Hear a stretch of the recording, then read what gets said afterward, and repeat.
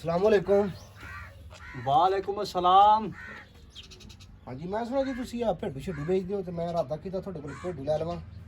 जी हाँ भेडू बेचने असी ते तुसी नहीं ले सकदे भेडू, क्यों जी? ਤੁਹਾਡੇ ਵਸੈਲ ਹੀ ਨਹੀਂ, ਤੁਸੀਂ ਨਹੀਂ ਲੈ ਸਕਦੇ। ਲੈ ਲਾ ਮੇਰੇ ਕੋਲ।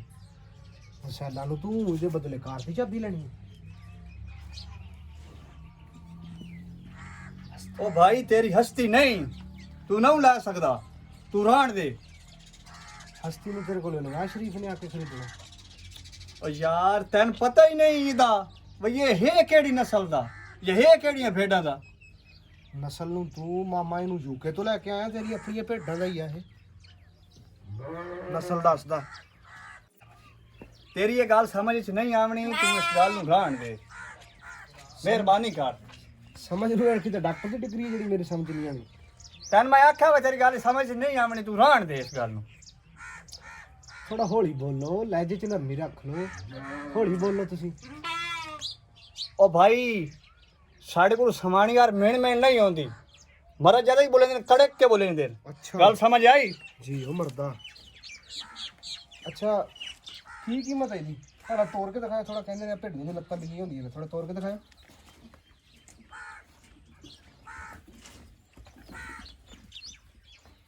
देख ले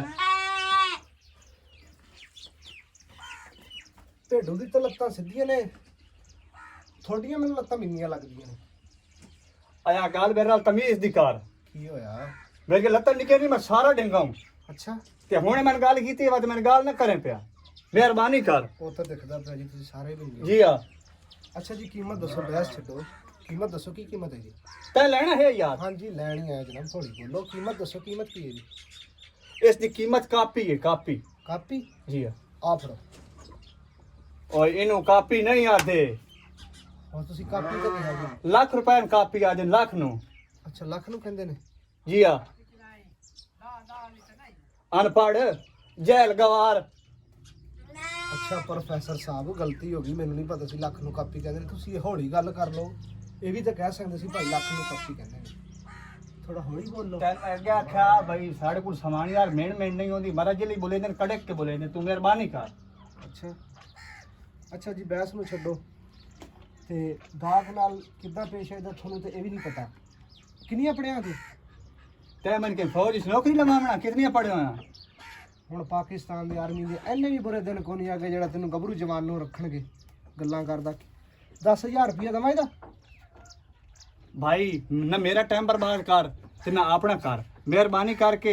मैं बहना मैन बड़ी जल्दी है ते मैं लेट होंदी पई है, कई गल करन वाली कर। जे कोई लेना है तो कई गल कर समझ चाहती है, नहीं लेना तो मेरा टाइम ही ना वेस्ट कर, बर्बाद ना कर। 10,000 रुपया दवां? और नहीं भाई 10,000 पूरी कापी लेनी, 99 ही नहीं लेना, पूरी कापी लेनी, लाख रुपया लेना। जे लेना तो ठीक है, नहीं तो मेरा टाइम ज़ाया नहीं करना।